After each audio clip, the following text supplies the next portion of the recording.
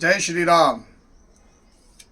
आज जी कथा सांगणार आहे ही महर्षी याज्ञवल्क्य ऋषींची, कारण आज त्यांची जयंती आहे। फाल्गुन शुद्ध पंचमी ही महर्षी याज्ञवल्क्यांची जयंती आहे। पहिल्यांदा याज्ञवल्क्य ऋषींचं स्तवन म्हणून या कथेला मी सुरुवात करणार आहे। वंदेहं मंगलात्मानं भास्वतं वेद विग्रहं याज्ञवल्क्यं मुनिश्रेष्ठं जिष्णुं हरिहरप्रियं जितेन्द्रियं जितक्रोधं सदा ध्यानं परायणम् आनन्दनिलयं वन्दे योगानन्दमुनीश्वरम् एवं 12 नामानि त्रिसन्ध्यं पठेन् नरः योगीश्वर प्रसादेन विद्यावान धनवान भवेत। हे 12 नावं याज्ञवल्क्य ऋषींची आहेत। विद्यार्थ्यांनी ह्या 12 नावांचं स्मरण जरी केलं तरी विद्येमधल्या अडचणी दूर होतात असं सांगितलंय, किंवा ह्या याज्ञवल्क्य ऋषींच्या चरित्रांचा जरी स्मरण जरी झालं तरीही विद्येमध्ये अडचणी येत नाहीत असं ह्या स्तोत्राचा उल्लेख आहे। महर्षी याज्ञवल्क्यांचा काळ प्रभू श्रीरामाच्या कालावधीच्या बरोबरचाच आहे असं गृहीत धरायला हरकत नाही, कारण जनक दरबारामध्ये याज्ञवल्क्य ऋषींची कथा येते। आता याज्ञवल्क्य ऋषींचा जो जन्म आहे फाल्गुन शुद्ध पंचमीला झाला। त्यांचं जे अध्ययन आहे हे अध्ययन त्यांचेच मामा वैशंपायन ऋषी यांच्या सोबत त्यांच्या पाठशाळेमध्ये याज्ञवल्क्य ऋषी शिकायला होते। अत्यंत तेजस्वी, वयाने सगळ्यात लहान बाकीच्या विद्यार्थ्यांपेक्षा पण खूप तेजस्वी आणि ज्ञानी आणि लवकर आत्मसात त्यांना विद्या होणारे असे हे याज्ञवल्क्य ऋषी यांनी त्यांच्या मामाकडे अध्ययन सुरुवात केलं।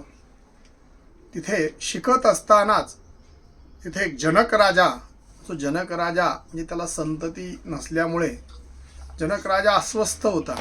त्या जनक राजा बऱ्याच ठिकाणी गेला। काही ज्योतिषांनी म्हणा, काही ज्या वैदिक महर्षींनी सांगितलं की तुम्ही दररोज घरात मंत्र जागर करा।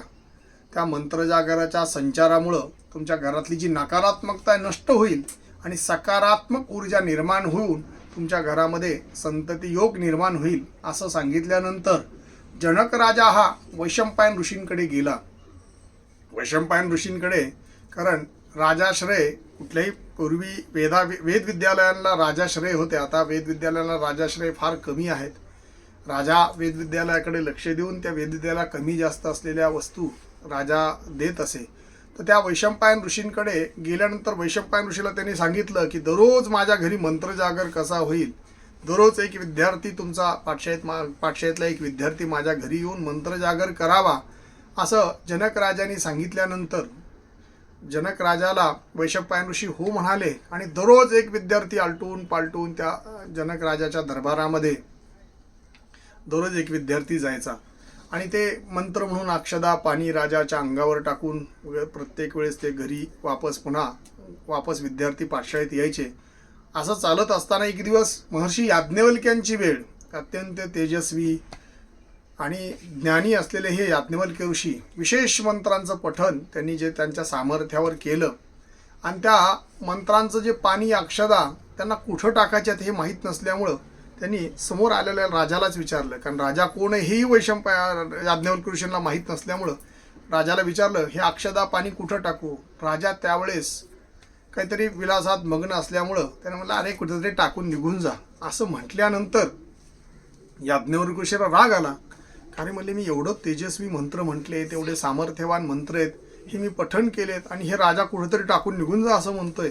माझ्या मंत्रांचा अनादर केला, कारण याज्ञवल्क्य ऋषींना जे वागणूक द्यायची होती ती जनक राजाने न दिल्यामुळं याज्ञवल्क्य ऋषींनी ते अक्षदा आणि पाणी समोर साळलेल्या खांबावर टाकून याज्ञवल्क्य ऋषी निघाले। थोड्या वेळात याज्ञवल्क्य पुढे निघाल्यानंतर त्या साळलेल्या खांबावर जिथं पाणी पडलं, जिथे अक्षदा पडल्या, त्या साळलेल्या खांबाला पालवी फुटलेली राजांनी पाहिली।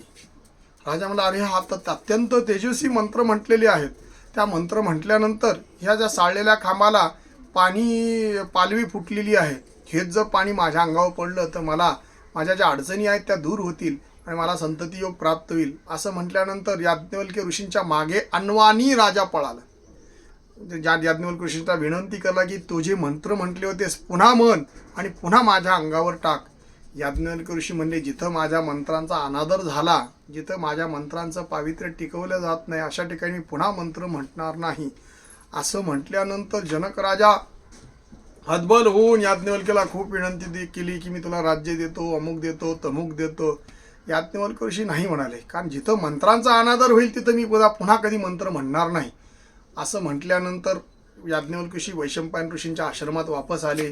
जनक राजाही वैशंपायन ऋषींच्या आश्रमात पुन्हा वापस आले आणि वैशंपायन ऋषीला विनंती करू लागले की जो विद्यार्थी आज होता तोच विद्यार्थी पुन्हा उद्या पाठवा आणि त्याला मंत्र म्हणून ह्या अक्षरा टाकायला लावा. तर वैशंपायन ऋषी म्हणाले काय हरकत नाही, कारण त्यांना काही इकडली घटना माहिती नसल्यामुळं पाठवतो म्हटले. आणि इकडे याज्ञवल्क्य ऋषी दुसऱ्या दिवशी याज्ञवल्क्य ऋषीला वैशंपायन ऋषी म्हणतात, अरे उद्या तुलाच जायचं आहे अजून आणि उद्या तेच मंत्र तुला म्हणायचे. त्यावेळेस याज्ञवल्क्य ऋषी म्हणाले, नाही गुरुजी, कारण ज्या ठिकाणी मंत्रांचा अनादर होईल अशा ठिकाणी मी चुकूनही मंत्र म्हणणार नाही, कारण मंत्रांचा अनादर झाला तर त्या मंत्रांचं पावित्र्य टिकत नाही. म्हणून याज्ञवल्क्य ऋषीने चक्क नकार दिला. गुरुची आज्ञा असल्यावर सुद्धा, कारण मंत्रांना पावित्र्य ठेवावं ह्या उद्देशाने याज्ञवल्क्य ऋषीने ते मंत्र म्हणायला नकार दिला. त्यावेळेस या वैशंपायन ऋषीला वाटले की हा उन्मत्त झाला आहे, गुरुची आज्ञा अवलंबन करतोय आणि ह्याला कुठला अहंकार झाला आहे असं त्याला कळाल्यानंतर असं वाटत असतानाच याज्ञवल्क्य ऋषी म्हणले, गुरुजी तुम्ही जेवढं शिकवलं तेवढं मी वापस करेल, पण पुन्हा त्या जनक राजाच्या दरबारात जाऊन मंत्र म्हणणार नाही. असं म्हटल्यानंतर वैशंपायन ऋषींनी त्याला विद्या वापस मागितली. त्यावेळेस याज्ञवल्क्य ऋषींनी आनंदाने ती विद्या वापस केली. ओकली असं म्हणतात. ओकलेली विद्या जी आहे ते तैत्रीय नावाच्या पक्षाने भक्षण केली आणि तिथून जी वेदविद्या सुरू झाली ती तैत्रीय नावाची शाखा सुरू झाली. ती आज नेल्लोर या भागामध्ये याज्ञवल्क्य ऋषींनी ओकलेली विद्या आहे असं म्हणतात. तो कृष्ण यजुर्वेद आपण त्याला म्हणू शकतो. त्यानंतर याज्ञवल्क्य ऋषी निस्तेज झाले, कारण विद्या त्यांची सगळी होती गुरुजींकडून आलेली ती सगळी वापस केली. नंतर हतबल होऊन खूप दिवस तपश्चर्या करत बसले. गायत्रीची उपासना केली, गायत्रीला प्रसन्न केलं.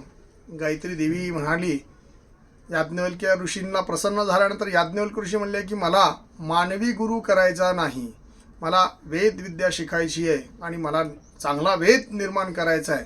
असं म्हणल्यानंतर गायत्री देवीने सूर्याकडे जायला सांगितलं आणि सूर्याची पुन्हा उपासना तेजस्वी केली. सूर्य प्रसन्न झाले आणि सूर्याने त्यांना नवीन शुक्ल यजुर्वेद नावाचा जो वेद आहे तो प्रदान केला.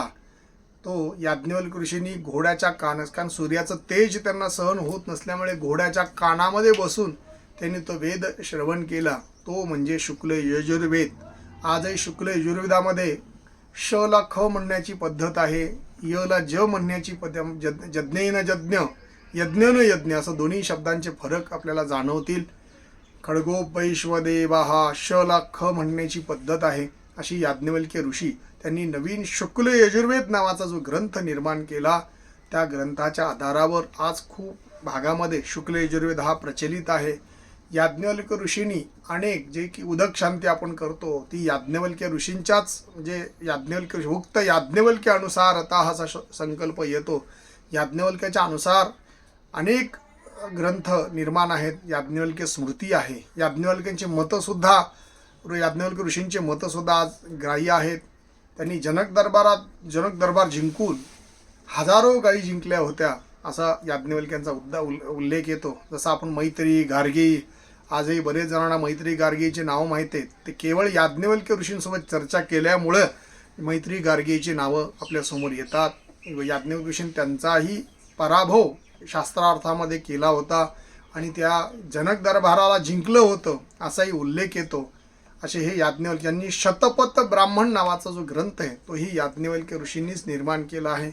असे हे याज्ञवल्क्य ऋषी ज्यांना एकूण 15 शाखेमध्ये विभागल्या गेलं. त्यातल्या आता 2 शाखा आहेत, ज्या माध्यंजन आणि कान्व ह्या 2 शाखा आजही प्रचलित आणि चांगल्या पद्धतीने महाराष्ट्रात खूप प्रमाणे माध्यंजन शाखा आहे.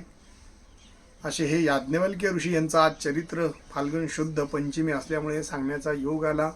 याज्ञवल्क्यांसारखे तेजस्वी ऋषी या भारतामध्ये जन्माला येऊन अनेक प्रकारची त्यांनी सृष्टीवर होणाऱ्या प्रत्येक घडामोडीवर ग्रंथ निर्माण केलेले आहेत. म्हणून ह्या याज्ञवल्क्यांचं स्मरण म्हणून आजची ही कथा सांगण्याचा प्रयत्न केला आहे. जय श्रीराम. कथा आवडली तर आवर्जून शेअर करा. जय श्रीराम.